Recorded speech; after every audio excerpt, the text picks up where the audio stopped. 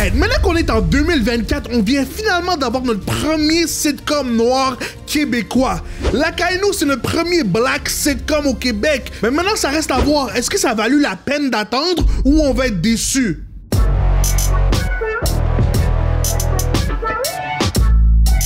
Lacaille-nous, c'est l'histoire de la famille Honoré Prosper. C'est une famille haïtienne de 3 générations qui décide d'ouvrir un restaurant.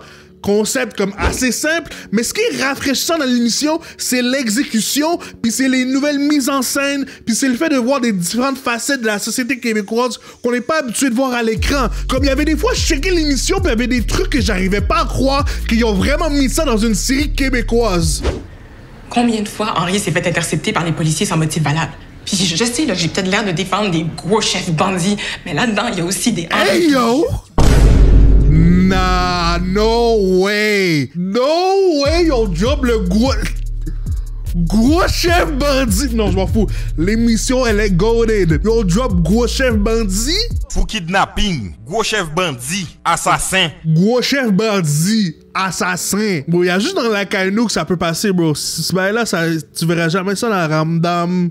Dans les bougons, bro. Non, dans Lacaille-nous. Non, même si je suis pas haïtien, des fois ça fait quand même un peu du bien d'entendre du créole à la télévision québécoise. Parce que la dernière fois que j'ai entendu du créole à la télévision québécoise, je pense que c'était comme François Legault. Et je vous dirais, haïtien moins, yo sac passé.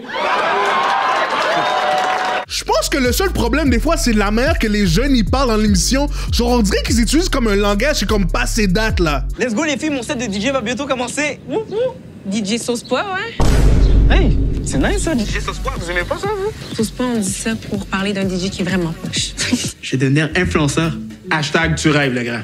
C'est une job legit maintenant. Puis tu peux faire full cob. En plus, je suis pouchon et charismatique, ça va être du easy money. T'es pas si pouchon que ça. Bon, je pense qu'il n'y a plus personne qui utilise l'expression pouchon là. Plus aucun jeune. Ça, c'est comme du dialogue qui sort des années 2010. Moi, je soupçonne que genre le producteur Frédéric Pierre là, l'émission Lacaille-nous, c'est son passion project depuis longtemps. Puis peut-être qu'il a conceptualisé l'émission dans sa tête depuis comme 15-20 ans. Puis maintenant qu'il a eu l'opportunité de faire l'émission, il y a quelques petits trucs qui n'ont pas été adaptés à 2024. Mais pour ce qui est des personnages les plus vieux, comme les parents, eux sont vraiment bien représentés. Comme quand la mamie et Chips, là, c'est comme si c'était ma propre mère qui me chicanait, là. Je le ressens dans mon être. Lacaille-nous, c'est une série qui est vraiment charmante. Puis moi, j'étais content de voir que c'était bien reçu en ligne. Mais ça reste que je comprends pas pourquoi il y avait une polémique de gens qui disaient que, oh, c'était du wokisme, c'est du racisme inversé, c'est de la discrimination envers les Blancs. Je suis désolé de te l'apprendre, mais c'est pas la première fois qu'il y a une série qui est basée sur une famille de Noirs, là. Que ce soit The Fresh Prince of Bel-Air, Martin, Family Matters, Living Single, Everybody Hates Chris, Sisters, Moesha, The Jimmy Fox Show, The Bernie Mac Show, The Cleveland Show, The Bill Cosby Show. Même si tu vas aller plus récent, ok, on va dire Blackish ou genre That's So Raven. Est-ce qu'on a oublié Phénomène Raven, My Wife and Kids, Ma Famille d'abord? Est-ce que Vrac TV, il était woke parce qu'il faisait passer That's So Raven à la télévision? Ben non, c'est une émission comme toutes les autres, sauf que dans celle-là, il y a des noirs dedans. Puis ça reste que même si Lacaille-nous, c'est une émission noire, c'est quand même fait pour qu'elle soit assez tolérable puis acceptable pour le grand public québécois. Genre, l'émission est faite pour que les Ginette puis les Roger comprennent l'émission. Fait que d'un côté, t'as des Québécois qui chialent pour ça, puis de l'autre côté, t'as des Haïtiens qui chialent parce qu'ils disent qu'ils trouvent que l'émission n'est pas assez authentique. Genre, ils disent que les personnages parlent plus avec un accent québécois qu'un accent haïtien. Je peux comprendre la frustration, je peux comprendre qu'il y a des Haïtiens qui disent que moi ça me représente pas moi, puis mes amis, puis ma famille, mais ça reste que je peux voir que dans l'émission il y a vraiment eu un effort pour mettre genre du slang qui sonne naturel. Genre ils ont mis des expressions québécoises, des expressions haïtiennes, des anglicismes, puis des conversations en créole. Franck, je te félicite d'avoir mis au monde un homme en tablier.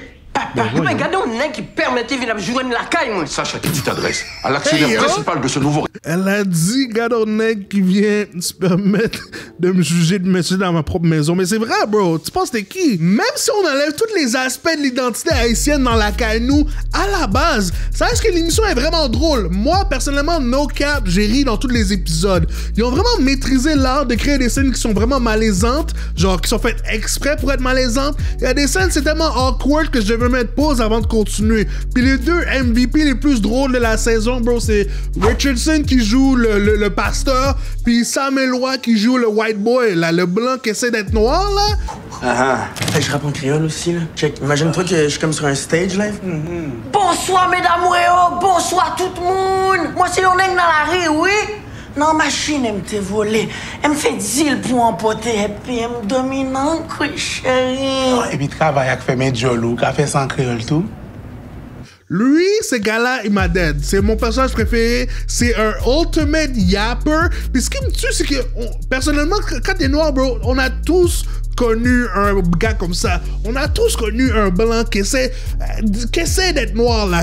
Big up the whole island, massive. It's your boy Chatana, coming straight from the Golden Globes, you want it? L'émission a vraiment des bons gags, mais ce qui m'énerve un peu, c'est que l'émission est pas assez farfelue. Genre, pour un sitcom, l'émission est quand même un peu calme. Moi, je voudrais que l'émission passe comme à une autre étape, genre, qu'ils mettent plus de punch dans les gags, plus farfelu. Genre, si le montage était fait comme un peu comme à la Brooklyn Nine-Nine, ça rajouterait un peu de piquant dans l'émission. Mais ça reste que les backbones de l'émission, genre les piliers de l'émission, c'est Henry, Myrland, puis les deux parents de Henry. Sans ces quatre-là, je pense pas que l'émission pourrait fonctionner. Ils ont tellement du charisme, ils ont un charme, ils ont du caractère. Genre, pour vrai, eux, c'est mes coups de cœur. Malheureusement, je peux pas dire de la même chose de tous les autres personnages, bro. Il y a des personnages qui m'ont tapé ses nerfs. Il y a des personnages, bro. Oh my god, il y a des personnages qui sont tellement fatigants dans l'émission. Si vous pouvez juste relaxer, prendre 2 minutes. L'émission, il y aurait plus de légèreté. Ok, la petite fille, la grande sœur, les deux parents de Myrland, bro. J'ai rien contre eux personnellement, ok? Je suis pas en train d'insulter les personnes, ok? Parce que c'est des bons acteurs, ils ont bien joué leurs personnages. Mais la manière que les personnages ont été écrits, il y a trop de confrontation. Genre, à un moment donné, faut prendre un petit 2 minutes, là. Faut balancer. Genre, moi, ça me dérange pas qu'il y a de la confrontation.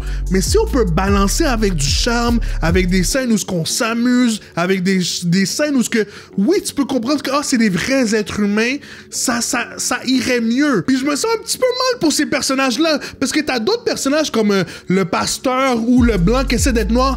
Eux, ils sont drôles. Eux, ils rient. Eux, c'est haha, shits and giggles. Eux, c'est farfelu. Puis ils ont du fun. Puis t'as d'autres personnages que ils critiquent tout. Ils sont tout le temps en colère, tout le temps de l'anxiété. Pourquoi est-ce qu'eux peuvent pas avoir un petit peu de fun comme ces personnages-là? Puis un dernier point faible que j'ai pour l'émission La Kainou, c'est que des fois il y a des petites situations que je trouve que ça passerait pas dans une famille de noirs. Peut-être dans une famille de blancs, hein, mais pas dans une famille de noirs, ok? Comme quand t'es dans une famille de noirs, tu peux pas rentrer chez toi puis pas dire bonjour à tes parents, bro. Ça c'est comme si tu déclares la 3e guerre mondiale. Tu rentres chez toi, tu rentres la caille, il y a tes parents dans le salon, ils disent bonjour, puis tu réponds pas bonjour, tu vas straight dans ta chambre.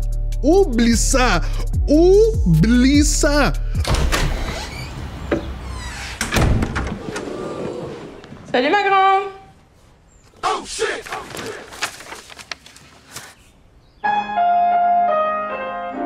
J'ai eu tes écouteurs. Je les ai oubliés à l'université. Puis même des fois de la manière que les deux plus jeunes répliquent à leurs parents, moi je connais aucun haïtien qui aurait pas mangé un bâton pour ça, là. Tu me classes tout ça par ordre alphabétique, right? Oui, ça fait 2 fois que tu me le dis. Puis pourquoi il faut les classer en ordre alphabétique? Tu pourrais m'aider au lieu d'être sur ton phone, d'où? Pardon? Si vous êtes détenu, m'a crasé ça avec. M'a crasé l'amour, oui. 2 fois, tu m'as crasé ça. Une autre affaire, bro. Si t'as pas présenté ton chum ou ta blonde à tes parents, tu peux pas déposer ta blonde devant chez eux, là. Rookie mistake. C'est sûr que tu vas te faire cut.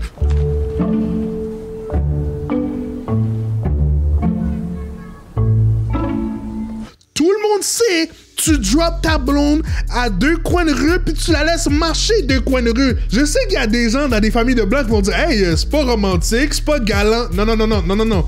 Dans une famille d'immigrants, là, c'est la chose la plus romantique que tu puisses faire. La déposer à 2 coins de rue pour pas que son père la cote.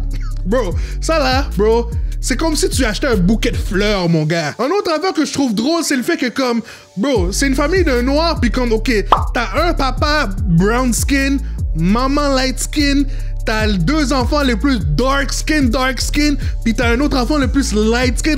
Ok, je suis pas fou, je suis pas cave, je sais que dans les familles de noirs, c'est pas tout le monde qui ont les mêmes, que la même couleur de peau, mais ça reste que c'est juste quand même drôle dans les émissions que des fois avec les castings, tu vois que comme, vous venez peut-être pas de la même famille. Un autre affaire, ok? Je sais on est en 2024, ok? I love the gays, but bro, je pense pas que ça passerait comme ça dans une famille de noirs, bro. Je suis lesbienne, je pense que je suis en amour, puis Marie-Lou, c'est ma blonde. La fille, elle fait son coming out devant sa mom, son pops, ses grands-parents, ses grands-mamans, ses frères, ses sœurs, toute la communauté haïtienne. Puis ça passe crème. Tout est chill, kumbaya, my love, même devant le pasteur, bro. My bad. Je sais qu'on est progressiste. Je sais qu'on est en 2024. Je pense pas que ça passerait comme ça devant tout le monde. Je pense pas. Je suis pas sûr. Je suis pas sûr. Hey man, I love the gays, ok? Pause. Shout out to my lesbians. Mais au final, La Caille-Nou là, c'est une très bonne série. Pour vrai, je dois donner un shout out à Frédéric Pierre, ok? Puis à tout le monde qui ont travaillé dans la série, ok? Il y a de quoi être fier. Je sais qu'il y a du monde qui ont parlé caca sur Frédéric Pierre pour de la manière qu'a fait l'émission. Je dois quand même lui donner un shout-out parce que ça paraît que c'est son passion project, puis il a tout mis dans l'émission, ok? Pour vrai, je dois donner un 7.5 sur 10 pour la première saison.